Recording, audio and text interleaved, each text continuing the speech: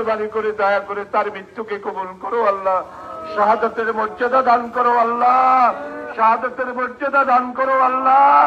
হযরত হুসাইন রাদিয়াল্লাহু আনহুর বাগানে তাকে আল্লাহ আশ্রয় দাও আল্লাহ। আল্লাহ কারঙ্গিয়ার বড় হযরত বলতো, কবরের পাশে আমরা দাঁড়ালে একটা মকাম আছে, আমরা তো অর্জন করতে পারি নাই, কবরে কি চলতেছে সেটা জানতে পারি। এলাকায় আরতের সময় একটা বাতাস আসলো, মনে হলো নোরানি বাতাস আমার গায়ের মধ্যে লেগেছে। আল্লাহ আমার নিজামকে তুমি কবুল করো রে আল্লাহ, তার ছোট ছেলের দায়িত্ব তুমি নাও আল্লাহ।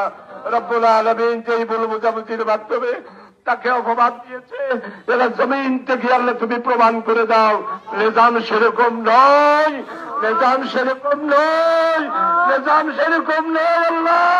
তোমার কাছে সাক্ষী দিচ্ছি আল্লাহ।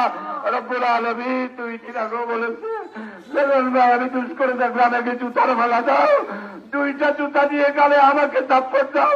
আপনি আমার জীবনের সবকিছু জানো আল্লাহ।